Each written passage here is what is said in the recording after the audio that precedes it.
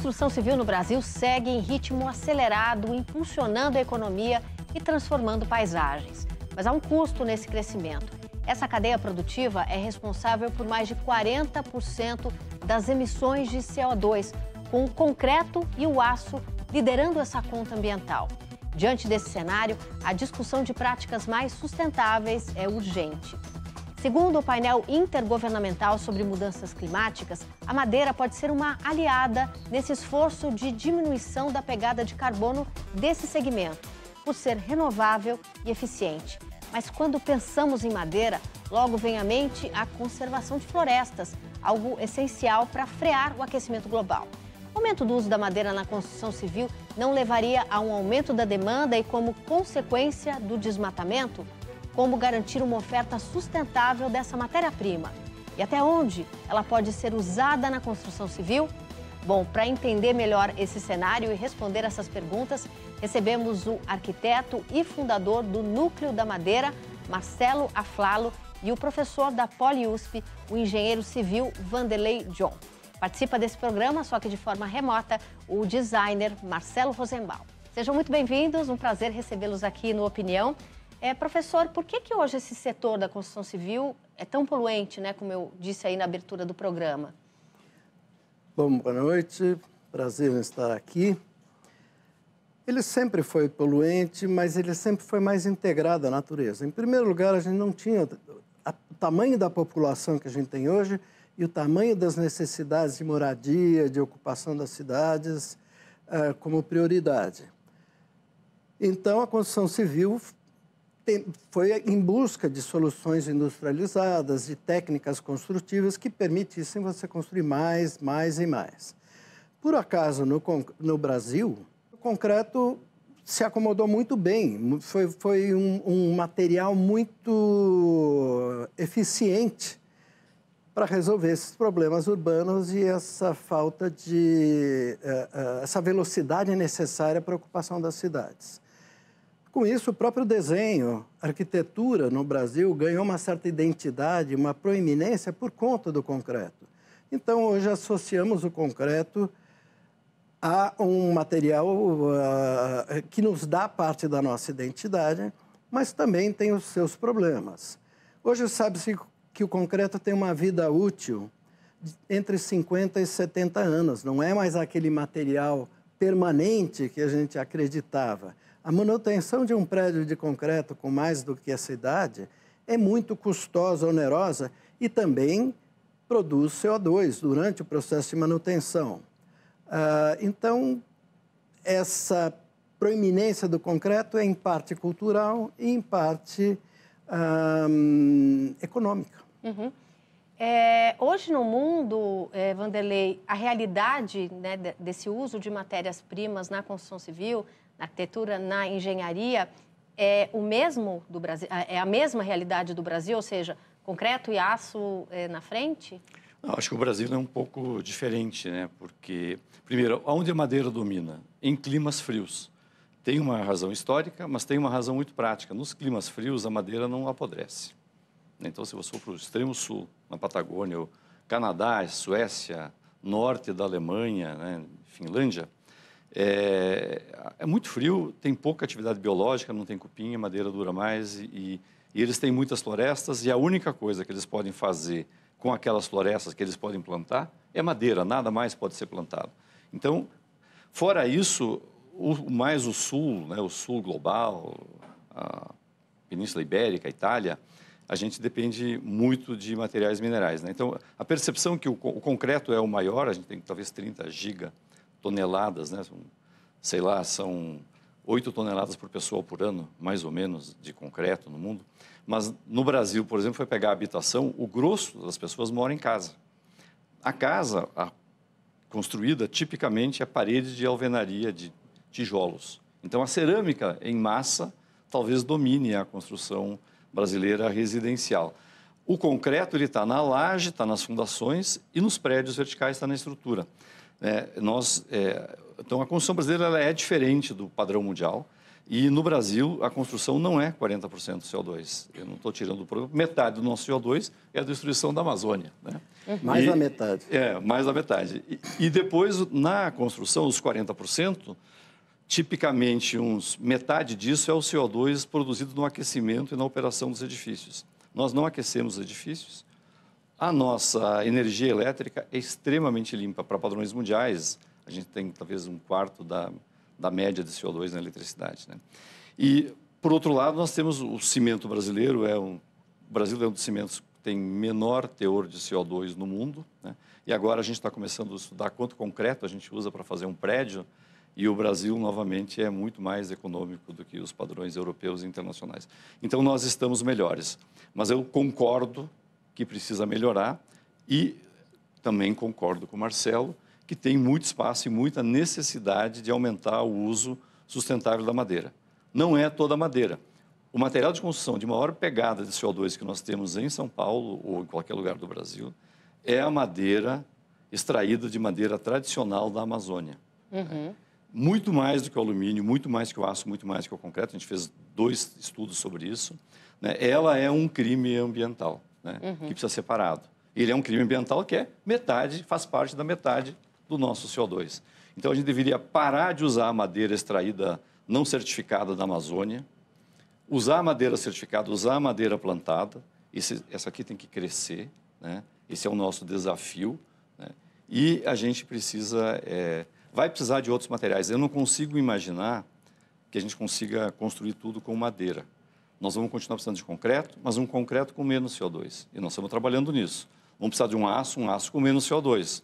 Vamos precisar de uma cerâmica, um tijolo, com menos CO2, né? E vamos precisar aumentar o market share da madeira. E eu acho que esse é o nosso grande desafio. E como é que a madeira, então, entraria nesse contexto, né? O Wanderley, né, fez ali as ressalvas em relação... Não podemos abrir mão do concreto, não podemos abrir mão do aço. Precisamos de coisas, obviamente, com menos pegada de CO2. Mas como é que a madeira entraria nesse cenário? Concreto é fundamental, talvez o único bom material para fundações, para áreas em contato com o solo. Ele é muito resistente para a gente construir prédios altos, Exatamente, por exemplo. ele aguenta muito peso, muita carga. A gente chama de aguenta muita compressão. Então, é o material ideal para isso, combinado com ferro, naturalmente, porque o concreto sozinho ele não existe. A madeira entra exatamente no que a gente chama a partir do solo para cima, nós precisamos reduzir a carga, o peso total da construção. A madeira reduz esse peso, em determinadas circunstâncias, para metade, ou 30%, 40%. Então, o volume das fundações passa a ser menor, a gente usa menos material nas fundações. O metal é excepcional para fazer ligações e para trabalhar sob tensão, porque a madeira não trabalha bem sob tensão. É preciso entender que a madeira não é aquela madeira que a gente conhece, não é um pedaço de tronco cortado. Hoje é uma madeira que a gente usa-se o termo engenheirada, porque, na verdade, é uma composição de várias peças de madeira ligadas ou com cola, ou com prego, ou com parafuso, ou, às vezes, madeira, com determinados encaixes. Então, a gente constrói peças de... Recentemente, eu vi uma viga de 120 metros de comprimento feitas numa única peça de madeira. Não existe isso na natureza. A madeira é uma matéria-prima para um produto industrializado numa escala muito maior e mais sofisticada. E aí é que a gente tem uma série de questões. Nós precisamos desenvolver bons produtos para usar a madeira de uma forma otimizada e jogar pouco material fora. Mesmo essas peças de madeira maravilhosas, de 120 metros, elas aproveitam do tronco, propriamente dito, 25%. É muito pouco. E nós precisamos de produtos que aproveitem melhor o tronco do que esses produtos que hoje nós temos no mercado e que são maravilhosos. Porém, ainda não são resposta definitiva. Qual é o futuro? A redução no volume de materiais não renováveis e o aumento de produtos derivados de materiais renováveis, como a madeira. Seja ela plantada, seja ela de manejo sustentável, seja ela combinada com outros produtos e outros materiais, ela é mais um material, ela não é a salvação da humanidade, assim como nenhum outro material pode ser. O fato é que não dá mais para remediar os produtos que nós temos. fazer o que se chama de mitigação. Nós temos que tomar atitudes diretas e só a pesquisa e o desenvolvimento podem acelerar esse compasso. Quando a gente pensa em residências menores, né, residências unifamiliares, por exemplo, condomínios, casas, não prédios, como é que a madeira poderia entrar nesse cenário? Não, veja, todo mundo discute grandes obras, tá? Mas as grandes obras, do ponto de vista ambiental, elas são completamente irrelevantes. O que realmente tem peso em termos de CO2 é a grande massa das construções, que eu digo, construção que não tem nome. Não tem nome, ninguém sabe quem é o grande arquiteto, tá? E que é feito pelas pessoas aí no dia a dia, tentando resolver os seus problemas mais prementes de moradia. Esse é o grande impacto ambiental, né? Num extremo eu tenho a favela, e na favela a madeira está associada à precariedade, né? O objetivo da família é ir para uma casa de alvenaria, né? Muito claro isso. E depois você tem a mansão no Lago Norte de Brasília, que é construída também ilegalmente, tal, mas com outra sofisticação. Então, esse para nós é o grande desafio, né? No mercado internacional, na Europa, Estados Unidos, a construção de casas, ela depende muito mais de madeira do que os grandes prédios. Porque a madeira permite uma construção rápida, né? Leve, fácil de transportar, né? Eles têm todos os componentes já pré-montados. Vai nos Estados Unidos, você compra uma terça, ou na Suécia, compra metade de uma parede pronta, os painéis, né? Tudo, existe uma indústria que nós não temos no Brasil. Tá? Então, para mim, isso seria um desafio, desenvolver esse mercado voltado para as residências. Eu vejo que tem várias startups hoje no Brasil e também vejo oportunidade em prédios mais altos, né? Penso que o nosso desafio é criar o mercado. Sem um mercado, as empresas não investem em soluções tecnológicas. Sem o mercado, sem a solução tecnológica, os clientes não conseguem construir.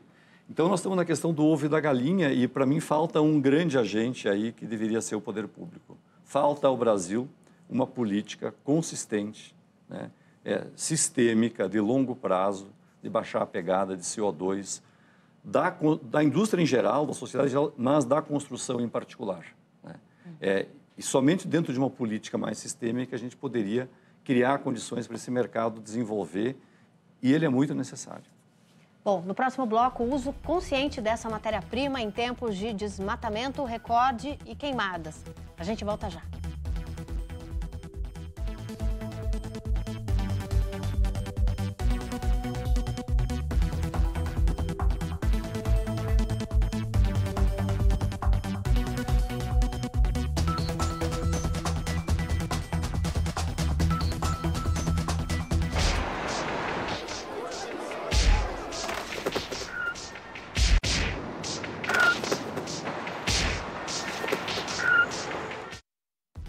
Estamos de volta com a opinião. Aqui comigo o arquiteto e fundador do Núcleo da Madeira, Marcelo Aflalo, e o professor da PoliUSP, o engenheiro civil Vanderlei John.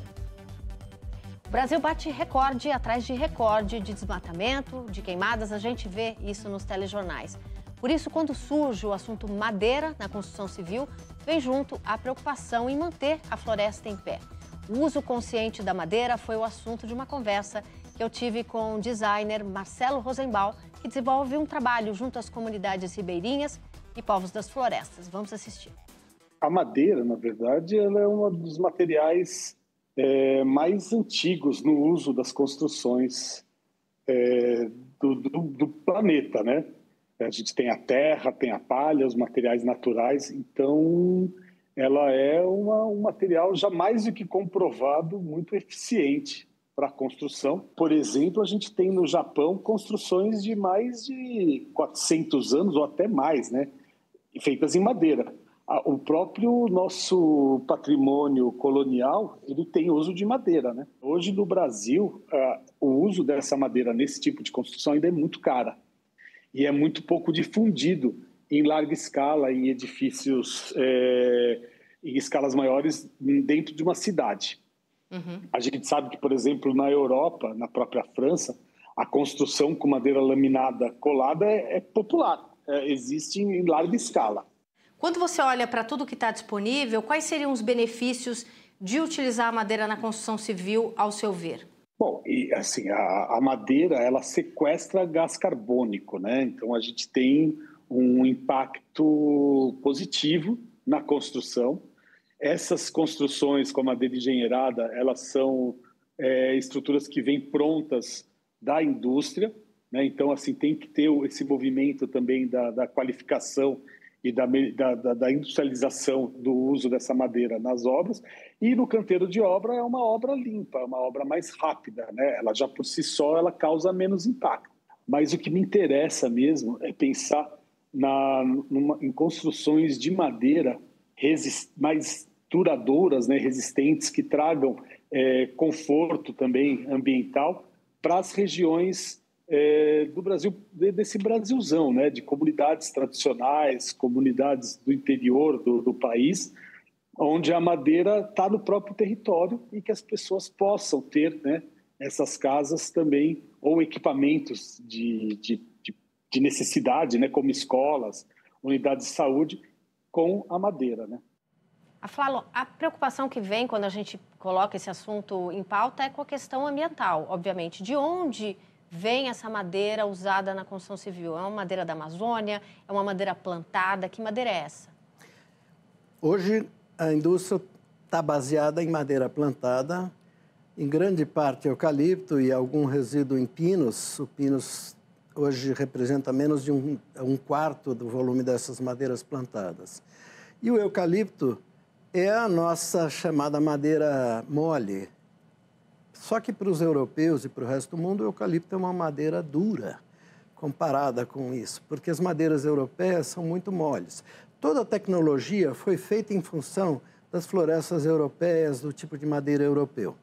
Quando a gente vem para o Brasil, o eucalipto é uma novidade nessa indústria de grande escala, de grandes peças de madeira. O Brasil virou uma referência em termos de colagem desse tipo de madeira. E ela vem basicamente de florestas plantadas, monoculturas, mas na verdade ela é a sobra da sobra dessas florestas que hoje são plantadas para celulose e papel, fibras de celulose, lenha em grande volume, boa parte dessas madeiras. Mato Grosso tem uma área gigantesca de eucalipto voltado para isso, para lenha, e para produtos que não são muito ecológicos, como o MDF, esse material que hoje está popularizado na marcenaria.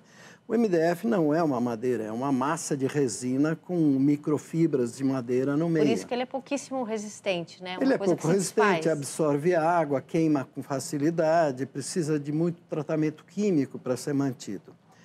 Então, a nossa busca agora é como é que nós, o maior país do hemisfério sul, com o maior potencial madeireiro de plantio, etc., não tem uma cultura madeireira? Essa é a pergunta que os europeus fazem. E essa é a pergunta que nós temos que responder enquanto país, plantando espécies nativas que são resistentes a xilófagos, bichos em geral, madeiras que atendam os diferentes biomas do país, que são muito variados, e que, principalmente, atendam as comunidades locais. Nós não podemos fabricar peças de eucalipto em São Paulo para fazer construções em Belém. Não faz sentido ambiental fazer esse tipo de deslocamento, né? Não faz. Então, nós temos que desenvolver culturas locais, com madeiras locais, que permitem essa colagem e esse tipo de coisa. Só que, para isso, nós não temos as colas para as nossas madeiras.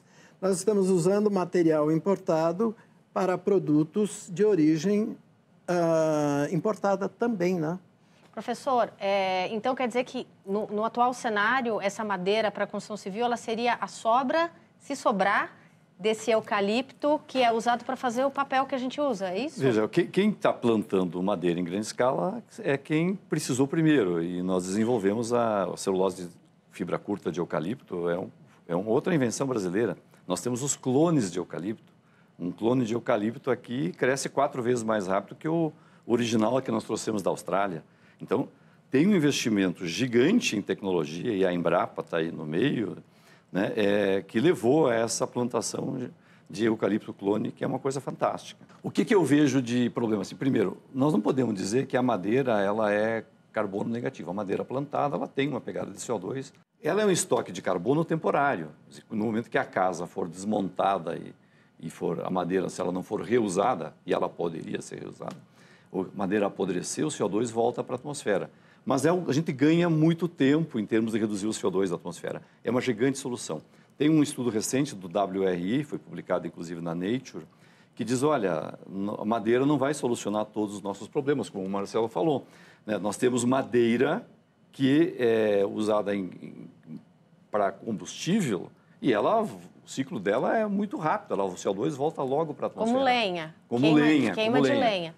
Que o pessoal faz os pellets de madeira. Tem exportação de madeira para movimentar a termoelétrica na Inglaterra. A termoelétrica Drax, que era a maior termoelétrica a carvão da Inglaterra, hoje ela é operada com wood pellet, com pellets de madeira. Tá? Isso aí está acabando, levando todo o mercado. Para mim, o primeiro foco é reduzir o uso da madeira como combustível e mudar a matriz de outra forma, tá? Para sobrar madeira.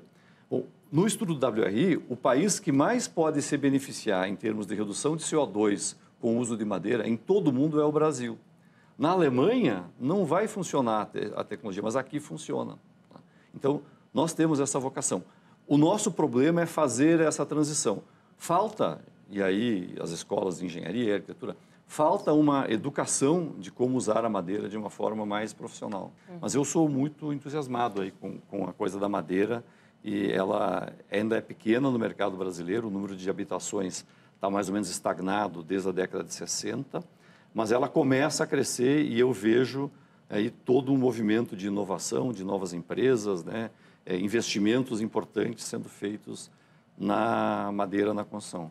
Então, sou otimista. Flávio, isso passaria necessariamente, então, por políticas públicas? Obrigatoriamente por políticas públicas. Nós temos que recuperar grandes áreas desmatadas. A agricultura hoje tem 8% do território ocupado pela agricultura e nós temos o dobro, 16% de desmatamento, de áreas degradadas pelo desmatamento. Isso significa que nós temos áreas enormes degradadas que precisam ser restauradas, recuperadas.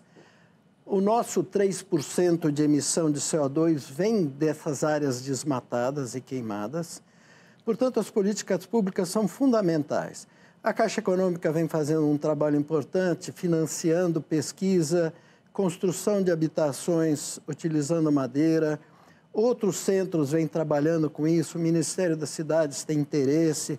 Nós estamos vendo agora, muito lentamente, o envolvimento do Estado. No resto do mundo, não foi o mercado particular que impulsionou o uso da madeira. Foram as escolas, foram os postos de bombeiro na Europa são em madeira. Todas as construções públicas importantes são em madeira hoje na Europa. Uhum.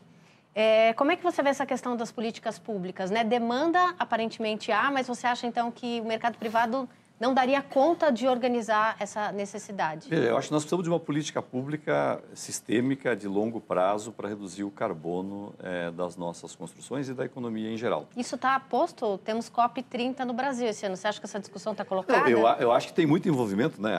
O Marcelo já falou, a Caixa passou a financiar. Hoje a Caixa está fazendo um estudo da pegada de CO2 das obras que financia, do Minha Casa Minha Vida.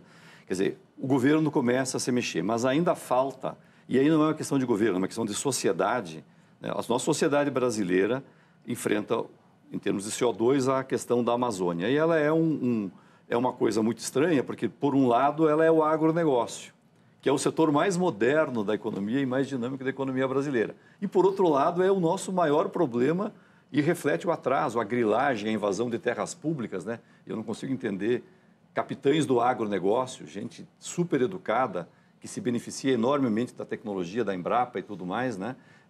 Defendendo pessoas que invadem terras públicas para queimar, né? Para destruir o patrimônio e aumentando o CO2. Então, esse é o nosso principal problema. E esse problema nós estamos perdendo a oportunidade de desenvolver uma indústria, construção incluída, de baixo carbono, né? Nós ainda não temos o mercado de carbono, estamos discutindo há algum tempo e não avança. Boa parte dos empresários não tem, pergunta para o empresário, como é que você vai, qual é a tua meta de carbono, de baixar carbono?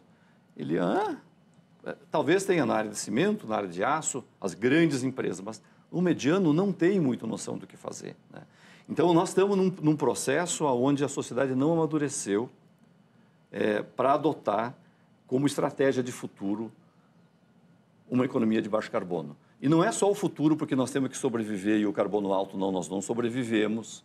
É porque aonde está a riqueza está na inovação. E a inovação hoje está no desenvolvimento de soluções de baixo carbono. Então, falta isso para a sociedade. Não está na cabeça dos eleitores e, portanto, não está na cabeça dos políticos, né? Nós temos que desatar esse nó. Bom, eu queria agradecer a presença do arquiteto e fundador do Núcleo da Madeira, Marcelo Aflalo, e o professor da PoliUSP, o engenheiro civil Vanderlei John. Foi um prazer recebê-los aqui no Opinião. E se você quiser rever esse programa, vá ao YouTube Jornalismo TV Cultura ou baixe o aplicativo Cultura Play. Obrigada pela companhia. Até a semana que vem. Tchau.